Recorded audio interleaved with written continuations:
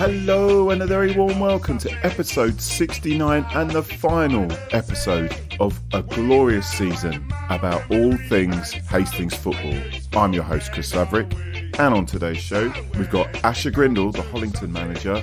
He talks taking over at the Gibbons, how the season played out and the future of that great club with Asher in charge. Also on the show we've got Sam Robson from the Herne Bay Supporters Association. He talks their great playoff win against Ashford United and their season in general. And we very much look forward to catching up with those boys up in the Prem. We also catch up with creator of Hastings Football Histories, regular contributor to this podcast on the Roundtables, and local football veteran Leon Pettit. Me and Leon get together to talk the exciting developments for this podcast and how we will be soon covering local football from Step 5 and below from the beginning of next season. And now over to the shout-outs. This one's from Tim Reeves. This is a really special one for a special cause. This is the 10th BARRY GURR Memorial Race Day, and it's on Thursday, May 19th at Linfield Park. Return coach fare, entrance race tickets, programme, raffle ticket, and use of hospitality lounge, only 40 quid per person. There will also be a RACEDAY auction of signed footballs from Hastings Own and most capped Prem player GARETH BARRY. Coaches leave 10:15 to 11 a.m. staggered. Return to Hastings by 7 p.m. The fourth coach is now booking, so contact Tim Reeves on 07 985 772 174 if you're interested. And remember, all proceeds go to St Michael's Hospice. Get your name down. This shout out's from Leon Pettit, and the shout outs to coach John Wright and his Bexhill lads. Literally all the age groups at Bexhill have been superb, and a big shout out to John, who is also a big time Hastings fan. Next shout out to Belated 24th birthday to Tom Dyson-Laurie. Happy birthday fella, and see you on the Roundtables next season. And one last shout out, this one's for the memorial game for the late great Wendy Hustwaite. She was Miss Hollington. 28th of May, kick-off 3 p.m. All proceeds are going towards St Michael's Hospice. There's a raffle, hot cold drinks, going to be Hollington legends there. Such a great cause. Please get along there. That's the 28th of May. That's at 3 p.m. at the Gibbons. And now over to Asher Grindle. It gives me great pleasure to have Asher Grindle on, Hollington United, director of all things football, head coach, special one. Yeah. According to some, it's been far too long. That's my fault. It's been a busy season. It's great to see Hollington doing all right, winning the trophy. Asher, how are you, sir? Not too bad at all, mate. It's been a good week. Thank you for having me on, mate. And you don't ever have to ask me twice to talk about football. I'm sure a lot of my players will just tell you how busy I am when it comes to that. But I'm happy, mate. Obviously, first season culminated with a trophy. I couldn't ask for a lot more than that. Obviously, we just mentioned before you went live about how I took over and the circumstance and stuff like that. And it was pretty out of the blue, to be honest. Obviously, I've been playing. I've been at Westfield. I actually started managing a side in the East Sussex League when I was 25. So it was quite a young age to start managing. I managed a team called Pesh Hill. First season was okay. It was again taking over from when there was essentially no one else to take over. And then the second season we actually put a really decent side together, and we ended up winning the Sussex Prem, and then we ended up winning the Birchwood Challenge Cup as well. So we won like a double. Didn't lose a game all season, and then I kind of thought to myself, well, where can I go from here? So I went back. Special one already. Special one already, Asher. Went back to playing. Went and played at Westfield with Stapes, Mark, Jack, Harry, obviously all good friends of mine as well. Again, body started sort of letting me down. I'm not old enough to say that, but I wouldn't say I look after myself particularly, other than going to the gym. Cardio is not my friend, to be honest. Finished up, went back to Pesh Hill, and then COVID came. So I went back to Pesh Hill as like a assistant joint manager with Danny Woodley and Matty Upton. And then COVID hit, And that was that for that season. So when obviously Pricey made the decision to step away from it, I mean, and fair play that they won the league. He achieved what he needed to do. They won the Sussex Intermediate Cup, which is the biggest thing you can win at this level. So I got a phone call off one of the lads who played for Hollington at the time, but who played under me at Pesh, and he kind of said, "Would you be interested?" And it was a strange one, because obviously you're always, loyal to the club you're at the time. And I had a good relationship with Danny and Matty, who I was working with. And it was during the World Cup, during the Euros, sorry. So obviously football fever was there. And I guess I was like, you know what? Like, I think I'd be stupid not to explore the opportunity, because, Hollington, I guess aside from Hastings, is probably the second biggest club in the town, at least in my opinion. Obviously, it's certainly I think it's a bit of a sleeping giant, really, with the right investment. But I'm sure we'll cover that later on. But I went and turned up for a meeting, and it was nice. Pricey was there, and both Leses, and a few other people, and they kind of made it clear that I was like first, second, and third choice. So obviously it was flattering. Holland's a successful club, so I went away and had a little think about it for a couple of days, and I thought, you know what, I'm ready for it. So went in. Just a shame some of the lads that talked me into it in the first case didn't stick around. Otherwise, I might have had an easier task of it this season. Playing with some players I trusted, and right up until the first friendly, I didn't have a full pre-season. It was sort of halfway through pre-season. So that straight away put me on the back foot a little bit. And, obviously a lot of the squad were very decent players. Some coming to the end of their footballing journey. So they a nice way of saying it. Yeah, but they were still, look, the truth is, Chris, still more than capable if they wanted to be. And I would have taken the majority of them in a heartbeat, and particularly the lads I had already sort of worked with before when I was at Pesh, So I was a little bit disappointed. I would say probably is the right word, because again, I sort of took it maybe on the pretense that I'd at least be able to keep some of these lads around, and whether it was that they didn't want to play for me. I don't think it was that they didn't want to play for me. I think it was perhaps more the commitment to, a decent mid-Sussex level is different to the commitment at East Sussex level, so people are getting older, and family, work commitments and that kind of thing. So we were struggling. Really struggling. The committee always made it clear to me that there wasn't any pressure on this season, and it was a transitional season. It didn't matter where we finished in the league, but it's difficult for me because that's just not in my personality. Like, if I'm in, I'm all in. All in, yeah. I worked out the other day, the squad I started the season with, I think only 3 of that 16 that were in the cup final at the end of the season. So there was only 2 players left over from the squad last year, and then the last squad we fielded in the cup final, we only had 4 players over the age of 20. So it is a really, really young side. I guess that in itself presents its own challenges. Didn't have the luxury of a nice sort of outdoor facility to coach, really, which is again something I really enjoy.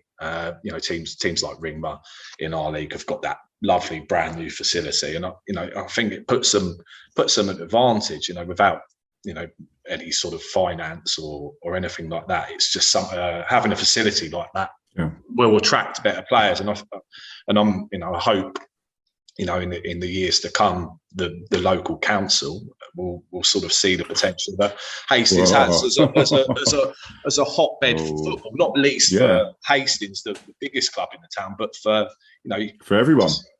Build a 4G facility in Hollington, for example, and you're sustaining the area for generations. Providing the demographic, impoverished children, families, whatever, with stuff to do. So I think that's going to be very important to the development of football in the town, and probably the town's economy as well, to be honest. You took over from Scott. You've had we could go back to the special one here, because like when he made Man U finish second in the league, after all, particularly with that Man U side, like yourself, he said it was one of his greatest achievements in football, didn't he? There you go. So here's another special one. Where'd you finish? About fourth? Was it fourth in the end? Yeah. Fifth now. Fifth in the league. Fifth in the league and a cup. Yeah. Not bad considering the amount of changes that took place. It's not. No. I think it's easier to hold that opinion now after winning some silverware. I think I would have probably felt very differently about this season if we hadn't won that cup game. A game that we deserved to win by all accounts as well. I think we were definitely the better side on the night. In fact, we were actually very good in the cup in the majority of the games that we played in it. So that it was it's a strange one. I think we made a lot of progress this year. You know, again, I have to sort of take back. My problem is I think sometimes I seem to focus on the mistakes and maybe sometimes dwell on things. And at times I've been able to maybe call on more experienced people like Pricey, for example, or Ross, my assistant, who just put things into perspective and remind me that Rome isn't built in a day. And sometimes, you don't try and run before you can walk. So we've achieved a lot.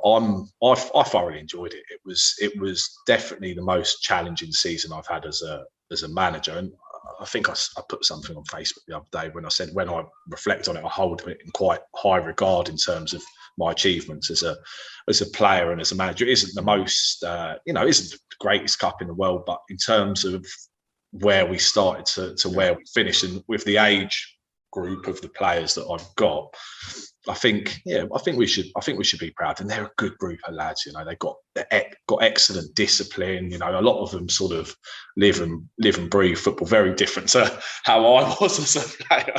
Where I think Mark and Jack would tell you they'd be lucky if I was sober by the time I turned up to the game. And that was into my late 20s as well.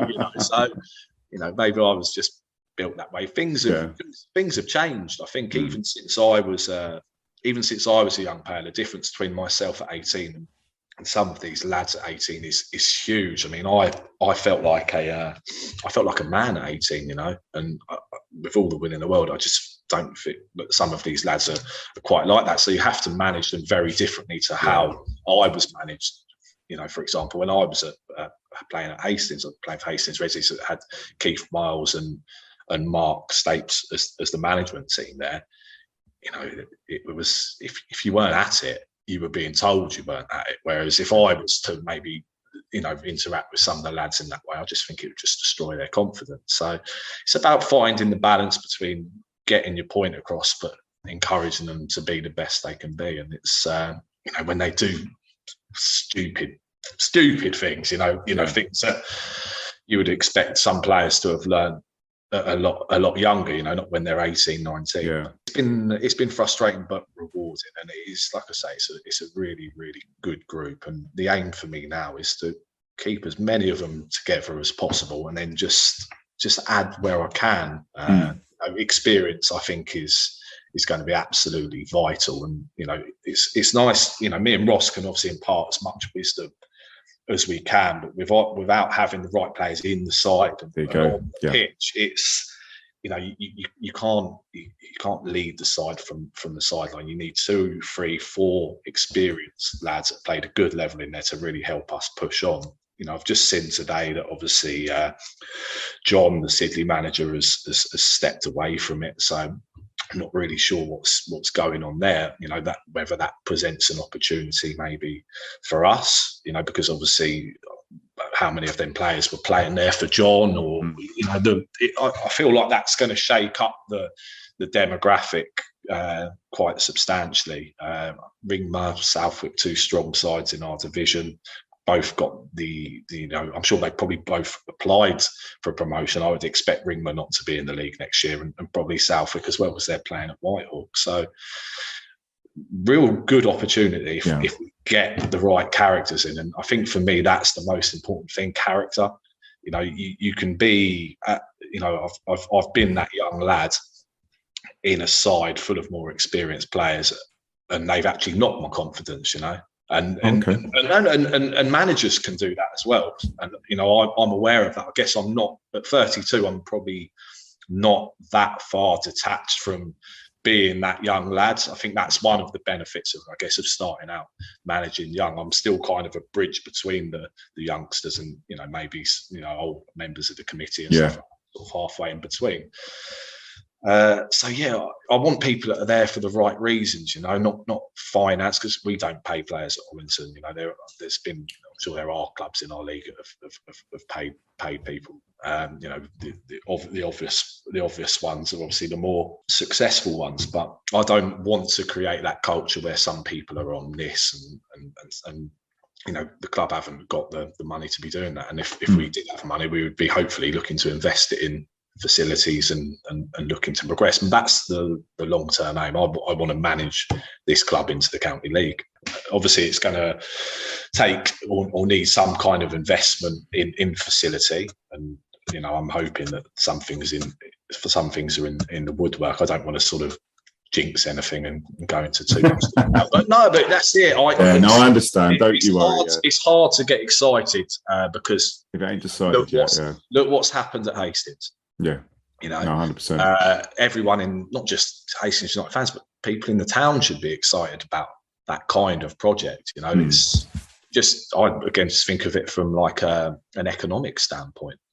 It's going to be, it's just a no-brainer. It is a win-win. So I really hope that that's something that's being addressed and something I'm sure you guys have spoken about a lot. Again, I don't understand it in terms of what this town is, as you say, desperate for facilities, and has been desperate for a number of years as well. And it's a shame that, I'm going to sound a bit negative here, but the council are quite happy to build posh boy cafes and things like that. That sort of stuff gets the go ahead. But like things for normal people, facilities that are going to help everyone, not just whatever team, be it Hollington, Hastings, whoever. You know what I mean? It's just a shame that it comes to, they're quite happily shout about the Hastings Contemporary. They do all that, all that art nonsense. Yeah, a lot of stuff for the DFL, but not a lot. Not enough. I'm a DFL. I'm 23. I'm 22 years now. I've been down here, but within reason, though. And it's not. I won't. I haven't got any money. I'm not a DFL. I don't count, mate. You're down for fucking money. Got no fucking money, mate. Look, Hastings is a town on the up, so again, I understand why they would want to invest, in certain things to improve almost the image of what has been known as a struggling seaside town. I think now it's pretty quirky, but for me as a lover of football, I think it's absolutely imperative to this town. I really do, and I just can't think of or see any reasonable and rational logic why this wouldn't be a priority for the council. I'm not just talking one facility for one club. I think if the money's there, then Hastings is a big enough town for you to build two of these facilities. I mean, is Hollerton? I mean, you don't need to say, but is Hollerton? I mean, because obviously the leader of the council's a Hollerton. He's quite council of Hollerton, isn't he? Yeah, so you've got any conversations with him? I mean, it's good to have conversations. It is, and I'm not even on the committee at the club at the moment. It was my first season. I was just getting my feet under the carpet. I'd certainly like to be on the committee next season, and I enjoy all aspects of football. I'm kind of a student of the game, and obviously understanding the finances and stuff like that gives me a better idea of how achievable my sort of long-term goals are. And I'm confident that the club and myself and everyone on that committee all share the same vision. And I look at, in terms of what I want to do, like I say, managing the club into county league, I look over at what Lighty's done at Bexhill, and he's had kept a group of young lads, hungry young lads, together. He's coached with them, he's worked with them, he's obviously added the right qualities. They've progressed up the divisions, but they've just had the season of their lives now at a decent level, and they are just a very, very decent side. And and again, I use that as an inspiration. It's, you've got to draw, and that's just someone that I can talk to, and someone at club that's only down the road. So you're spot on. You've obviously done your homework with the council, because I think the local council, there is or was the council of Hollington.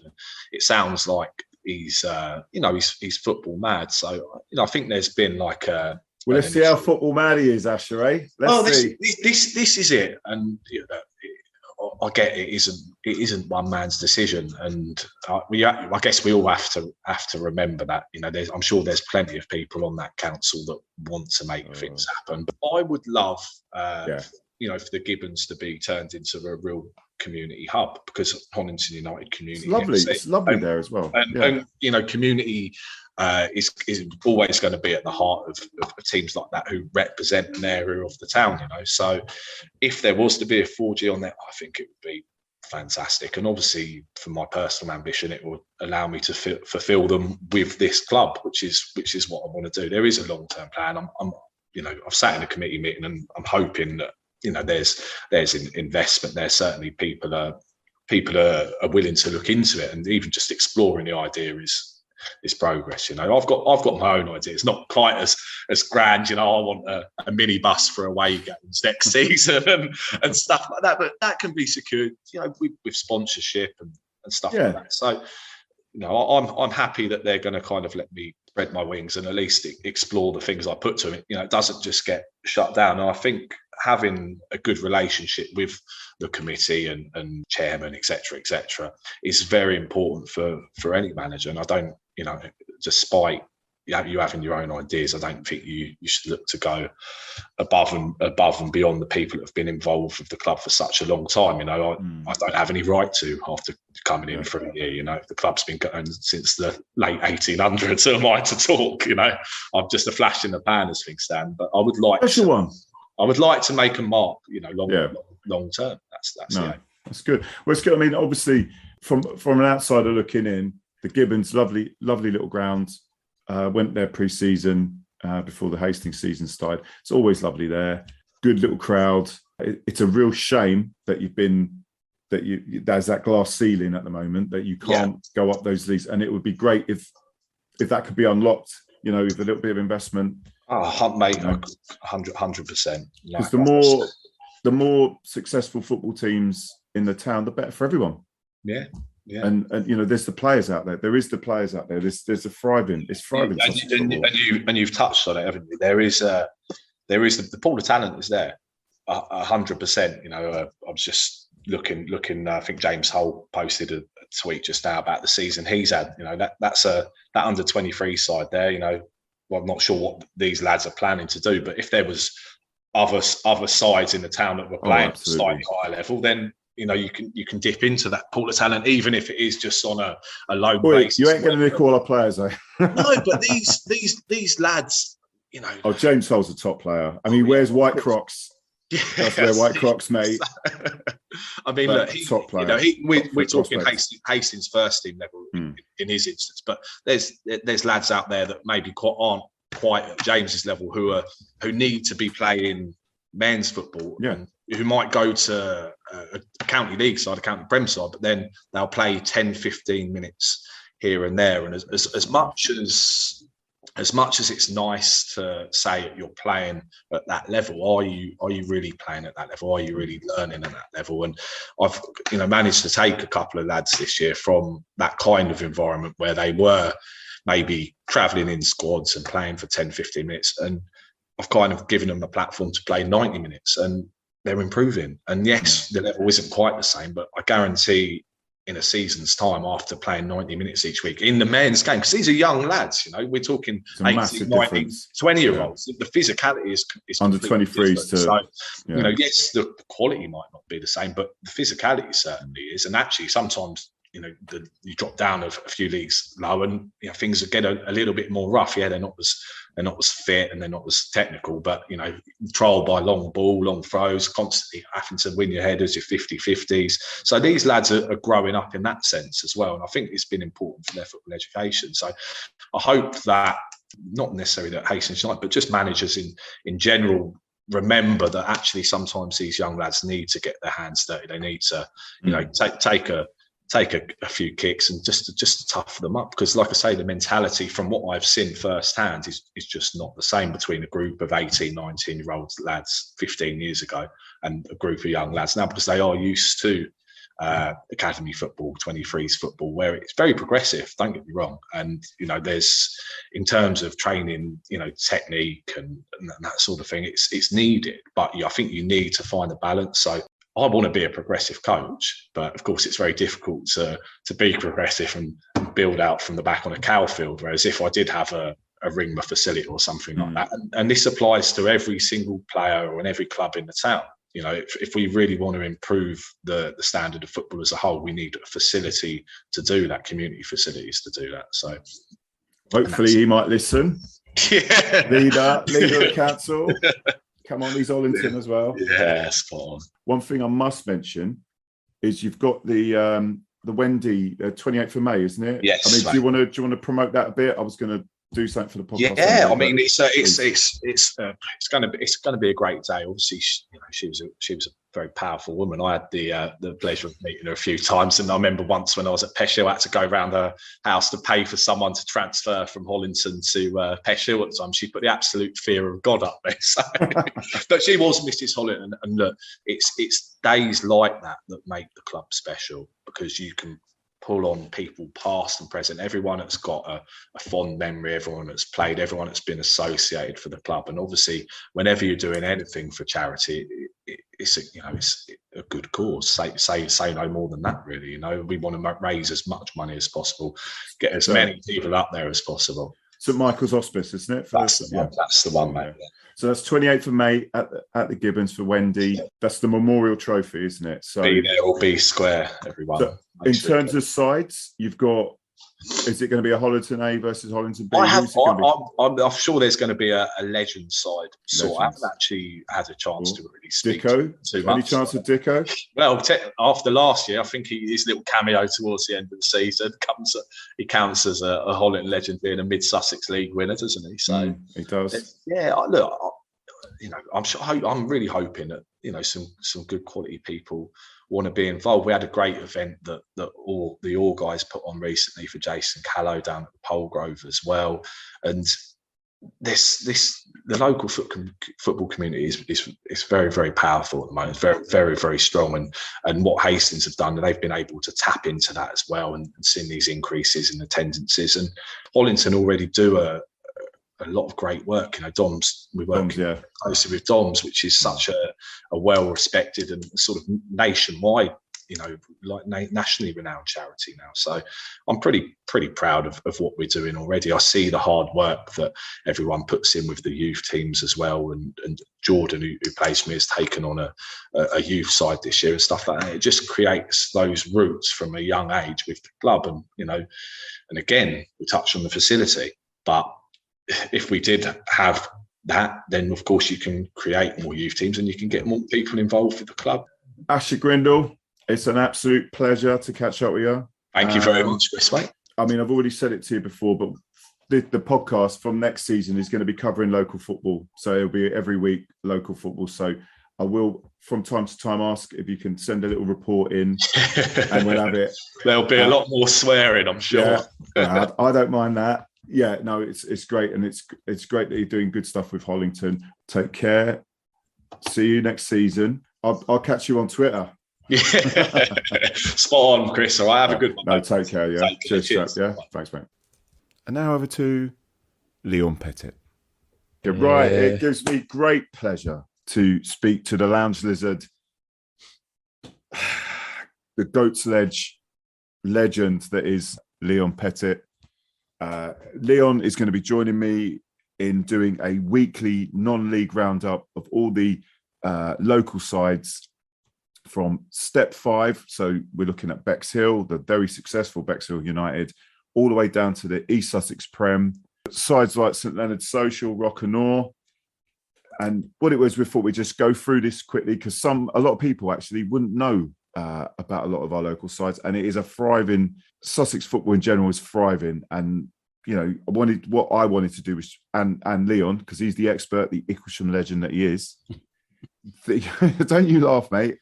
I've heard that you're up to 4 beers per appearance now. Is that true? That's my demands. Yeah. Yeah, exactly. Yeah. That we want to talk up this local football because there's lots of great stuff going on. Not just Hastings. Obviously, we love Hastings, and this podcast will always be Hastings focused. But we wanted to give some love to the local sides. Leon, in terms of the steps now, obviously Hastings was step 4. That's the Isham South East, and we've now gone up to step 3. So, Leon, talk us through it. So, obviously, the bottom level, which is like the East Sussex Prem. As we go up those levels, what are the things that they have to have in place to make sure that they don't miss out on promotion? So, if you want to get promoted from the East Sussex Prem side to play at that level already, you already have to have half decent changing facilities for both teams, for officials, just shower facilities, whatever. But to get promoted, that's when you're looking at getting sort of like railings around the pitch, maybe a bit of hard standing, dugouts. So that's to get promoted into step 7. Yeah. And then from step 7 into sort of step 6, your county league level, that's when you're introducing your floodlights, you're covering for spectators. And then step 5 is probably seating and like a fully enclosed ground. Like we saw Little Common had problems with their ground where it wasn't permanently enclosed. So they were facing not being able to play at step 5 football, where they shared at Eastbourne United, so they could play step 5. Yeah, when did they go back? Wasn't that a few months back when they went back there? I think it's around January time. Oh, was it? It was January, yeah? I think, yeah. So they were ground sharing over at Eastbourne and finally got to make a return to their own grounds, which is obviously it's a good thing for them. Nice little ground as well. Yeah, nice little setup, and they've done well really over the years to build up from where they were to what level they're playing at now. So fair play to them. Yeah, fair play. Okay, so Leon, so obviously at step 5, we've got the magnificent Bexhill United, who absolutely spoke the league, a magnificent season. What are those? What are the other big sides in that step 5 that are local to us, for those that don't know? So local to us, the other team in that league are Little Common. Yeah, obviously coming up against very good sides like Littlehampton. We see they've won the league and have got their final at the in the FA Vars at Wembley, playing against lots of Saltdean, who allegedly were throwing a lot of money about. But for the likes of Little Common, who don't spend the money to be coming up against teams that might have a bit of cash on them, that's the sort of teams they're up against, hoping to make that step up into Isthmian football. Mm. So and then we go down lower. That's step 6. Yeah, locally there's no one at step 6. So yeah, we've got no one at step 6. Then step 7, there's your Hollingtons, your Westfields. Yeah, Hollington, Westfields, Sidley, and Sedlescombe. Yeah, Sidley and Sedlescombe Rangers. Yeah, those are local. I know there's been rumblings about it, but that Sidley, the Sidley boss just resigned. Any rumours there? Anything you've heard on the grapevine of about that? I think it's a case of he's sort of taken them as far as he can go, really, because where they're sharing that. Well, they've had their fair share of ground issues last few years, and I think sharing at Little Common has enabled them to play step 7. And due to planning rules at Little Common, they can only use the ground for so many evening games. So obviously Little Common can play there, but Sidley wouldn't be able to make that step up. Yeah, because of this bylaw or whatever it is, and planning means that. So yeah, the manager is obviously taken as far as he can go. He's won the Mid Sussex Prem, he's won the Sussex Intermediate Cup, and has obviously decided to step down. Yeah. So we have to see. So what's next for them? If they can sort out their own ground. So they were playing at Little Common. So where are they going to go now? I guess stay at Little Common. Stay in the Mid Sussex Prem. Oh, okay. Oh, okay. I get you. So what you're saying is they can't go up, even though they won it. They can't go up because of ground issues. Yeah, pretty much. Yeah. Whereas Ringmer, who comes second, probably could go up because they've got their own grounds. That's, I'm guessing, up to standard for step 6. As we go down to step 8, what's the sides we're looking at there? That's teams like Battletown, Crowhurst, St Hilda's Social, Bexhill Town, Robertsbridge, Norvium. You've got Hawkhurst, Rockingham, Wadhurst. Yeah, Battletown have just won that league after quite a few frustrating seasons after COVID, where they were probably looking likely to win it. And it'd be interesting to see if they want to make the step up to step 7, whether or not their ground will allow. Have you ever been there? I've never been to Battletown's ground. Yeah, no, I've played it a few times. Yeah, it's nice. It's a nice flat pitch Like, you know, if you play the level I do, just a general flat pitch was lovely, really. But whether they're changing facilities or up to standard, I couldn't tell you. But I think they're quite ambitious and sort of hoping to make the step up. So we'll just have to see if they can. Now, throughout the weeks, once we come back from pre-season, I'm going to have lots of the managers on, people, the playing staff. I'm hoping that Leon's going to bring his insights into this because he knows these levels. I don't. I've seen the odd game here and there, Hollington, Westfield, Bexhill. I haven't had the joys of watching a lot of these sides. So that's why Leon's here. Leon's giving his razor sharp insights into this. We're going to have lots of people coming on from all the local sides. What we want to do is anyone that's listening to this, please, if you play for a local team, get your match reports into us. We'd love to be able to play some of them on the podcast, just a roundup of what's going on in local football. We really, really want to know what's happening with your side. Yeah, that's why we're doing this. We love football. We love this town. We want everyone to do well. The local reporting in the paper has just gone downhill so much the last few years. Like since Simon Newstead left, like the reporting in local football is nothing like it used to be. So I think if you can get, you know, if a few local teams on there pushing out the message, you know, that for local grassroots football, that people still, you know, there's still plenty of participants at that level, despite the facilities in the town. No, absolutely. That's the thing. This is about getting that message out there that it's criminal. It's criminal that the lack of promotion that goes on for all of this. You see football being played everywhere. The facilities are terrible half the time. The pitches aren't that good, but the enthusiasm is there. And despite that, there's tons of good players coming through. So, yeah, you know, that's why we're doing it. I'm going to get all woke now. You're going to join me on this journey next season, aren't you? I am, yes. Yeah, I'll be there. If you're listening to this and you're a Hastings fan, and maybe you can't get to an away game, if it's a bit too far, then why not go watch, you know, Hollington, Westfield, Little Common, Bexhill, whoever, you know, go give them a bit of support if you can't get to Hastings games. So, you know, like Bexhill have been getting really good attendance, or Little Common as well, really. Not quite the same level as Bexhill, but, you know, for that level, they've still been getting good crowds. And Hollington, considering, you know, they, for the last few years, have still been at park, you know, that sort of park football. Obviously, they made a step up since, but they get, you know, good crowds. They get good attendances up there, even when I've played their second.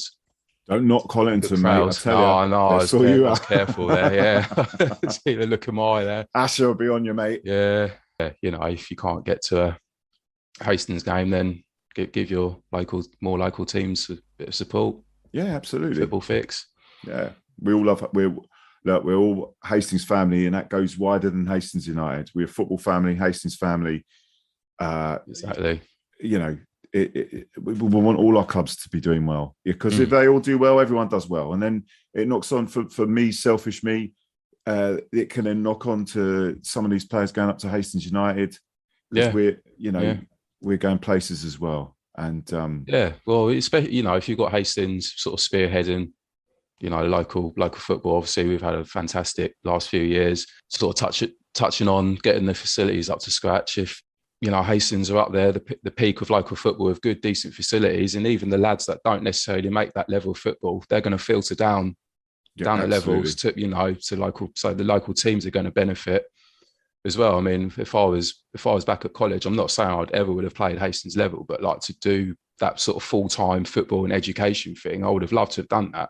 It might have, you know, it would have benefited me as a footballer. I might have played one division higher than what I ever have, but, you know, it's still something, isn't it? No, absolutely, Leon. Thanks for your time, Leon. I'm going to really enjoy this weekly rundown of all the local teams' results. We're going to try and get some interviews. We're going to get some match reports from the playing staff and any fans out there as well. Any fans of any of these local sides, please send it in or just give us a call, whatever. We could sort it out. This is your forum, yeah? So, because it ain't getting out any other way. You ain't getting it from the papers, mate. You're getting hardly anything from the papers. So let's just do it ourselves. Do you know what I mean? So, Anyway, Leon chap, you take care. I shall see you in the Prem, and I'll see you on this podcast pre-season, mate. We shall catch up again pre-season. We'll do. Yeah, see you in the Prem. And now over to Herne Bay's Sam Robson. Well, where do I start? It's been a long season. Been some travelling miles. Chichester away. It all started at Hastings away. I felt that when we come to your place, one of my favourite away grounds, always has been. Great place, Hastings. Good place to drink. That's the most important thing on away days. Come away with a 1-1 draw. Disappointed at the fact that we didn't win unbeaten for long periods of time through until Christmas, and it just sort of felt like we've maybe run out of steam, which good teams do. I think you always hit a bad patch of form at some point in the season, and that was the point of the season where I think after playing Hive, beating 2-1, I think there was a lot of New Year's Day, I think there was a lot of felt that maybe we was running out of ideas. I think the pressure at certain times of the season to the manager, to Smithy, I think you could feel that maybe the pressure gets to him, but that's what happens. Smithy was he's new for Smithy, a fantastic coach, manager. Losing a Ramsgate, I think it was 2-0, 3-0, can't really remember. I remember walking out the ground and I said, I think that was us. The season was done. I think we just had to enjoy what was left. We lost to Ashford at home, 3-0. Not really sure how Ashford have somehow finished second in the league, personally. It's hard to explain, really, the emotions. And then we went on a run, 6 games unbeaten, beat Chichester at home last minute, thanks to Aaron Milbank. Goalkeeper, back 4, clean sheets galore, the midfield, the front 4, from Kieran Campbell to Zach Anza to Rory Smith to Milbank. Mike West come in at Lancing when we won 6-1. Brilliant, superb. And I think signing Mike West at the right time helped us get to where we need to be. And then the playoffs was confirmed. The home tie was the most important one. As you know, in playoffs, you want the home tie for the semi-final. Finals, a stab in the dark, really. Beat Hayward Heath. There's a lot of teams who've got big budgets who finished below us. And in the playoffs, the chairman is very wise. He's a wise man. He uses his budget wisely. Doesn't waste money on players where a lot of other teams did. I think that's the factor of how well this club has now been run since they come in 2019, that Fitchy and Smithy and all the coaching staff work hard to ensure that the players they get in do the job. Obviously beating Hayward Heath on penalties, unbelievable. Great crowd, had a bit of everything, a proper playoff game, and Ashford yesterday, unbelievable. Rolling up on a double-decker bus, what had been sold, to have just over 1,000 fans and the attendance be 1,860, and to have over 1,000 Herne Bay fans, it just speaks volumes. I've seen this morning on Ashford fans all a little bit upset that they feel they're the better team. I felt we was the better team by a country mile. You could sense that Ashford players didn't fancy it, and shamefully, that's the difference. If you don't fancy a playoff final, then you're fit enough to wear the shirt. Another fantastic season. I'm looking forward to next season. Whatever happens, win, lose, draw, we follow some lovely away games to be thrown in the mix. The crowd yesterday, the noise, the pictures, the videos, everything from start to finish was a fantastic day. And the spectators are a credit to the club, and the players, the management, the players, the backroom staff, the matchday officials, the volunteers, the people who ensure that the club are constantly at this level deserve a massive, massive pat on the back. They deserve the key to Herne Bay, you could say. It's been fantastic. I don't think this will sink in for some time. I think that's the best thing about this club is we don't do stuff easy. Never has been our way. And I still remember it. Fitchy come in, he sat down, and in 5 years he wants to be playing a competitive standard of football. First full season under the new management and chairman, obviously 2 years of COVID, and now look, we've got ourselves promoted. They might have beaten us twice in the league, but when it really mattered, we delivered it. It's hard. It's hard to put into words. It's been a hard, big season. It's been a long season. We've clocked up the miles on a Tuesday night. We talk about going away onto Chichester. It's a 2.5 hour drive from Herne Bay just to Chichester, and we sold out a minibus for that on a Tuesday night, rolling in at 12:30, 1 o'clock in the morning. But it's what you do for your team. And you know what? We're looking forward to welcoming you boys to Winches. We're looking forward to coming to you guys. We're looking forward to some Bognor, stands out the most. Nice long weekend in Bognor. Maybe bit of Ricky look like they could be getting relegated. I mean, we're talking about a team who 6-7 years ago were aiming to be League 2, League 1. coming into the Ishman Premier League. Who would have thought that? So, yeah, it's brilliant. I love it. Everything this club does, the bringing in the people from the town, the local Facebook groups on Tuesday were talking about how loud we was, and yesterday was different. We've got people who've got no voice. We've got people who are rolling in at 7, 8 a.m. in the morning. Oh my God, last night was a messy one, but it's what we do. As I said, it's going to be interesting next year. We've got to go into every season with a bit of optimism that you're going to do well, and I think we will. I think we'll hold our own. I think there's teams who've been in that league for some time who I think you could sort of say have overstayed their welcome. Nice derbies, Margate, Folkestone, looking forward to that. Like going to Folkestone, nice, easy. Margate's a Beano, brilliant. I love going to Margate. Like I said, yesterday was superb. Ashford seem to be a club who've got a ground which is in the middle of nowhere, an awful pitch. So really there should only have been one winner yesterday, and to turn up, to roll them over, quite literally roll them over. Fantastic, the people stepping off the double-decker bus we ordered, we all look like we'd all come from London. People videoing it, people taking pictures, talking about it. Ashford fans gobsmacked. That's what we do. Ashford go to games with a couple of people. We go to games with 30, 40 people. That's the way it is. It's the way we roll. It's the way we have been for some time. So it's time to celebrate again. It's a bank holiday weekend. You celebrate. I thank the chairman. I thank the coaching staff. We thank the players. Without them, we wouldn't be where we are now, and we'll always be behind them, home, away, we'll always be behind them. So look forward to next season, look forward to welcoming you boys. Like I said, pop in, have a pint with us, and I'm sure you'll return the favour at your place. Brilliant, two very, very passionate chairmen who are in charge of our clubs, and I'll tell you what, it's going to be very, very an enjoyable watch, because they're two passionate guys who are going to try their absolute hardest to deliver the best for the town, for the football club. Hope you lot have a nice bank holiday weekend, and we'll speak to you in the new year, pre-season, and hopefully next season we'll have the bragging rights. Hopefully 6 points, you never know. So anyway, enjoy your bank holiday. Hope this sees well. Thank you. That's it for another season, news fans. I hope you all have a wonderful break, and really look forward to talking to you all again in the pre-season. It's been a pleasure. As ever, if you want to get in contact with the show, or have any suggestions, or want to get in on our weekly roundtables, that email again is hufcpod@gmail.com, or on the Twitter, which is @hufcpodcast. You can get this podcast on all major platforms, be it Google Podcasts, Audible, iTunes, Spotify, or Amazon Music. And we have a jam-packed YouTube channel, chock-a-block, full of video interviews and episodes from the podcast. Please, please, please give it a look, a comment, or a like, but definitely subscribe. It's all free. All that's left for me to say is, I've been your host, Chris Laverick. Hope you have a good week, and see you at the game.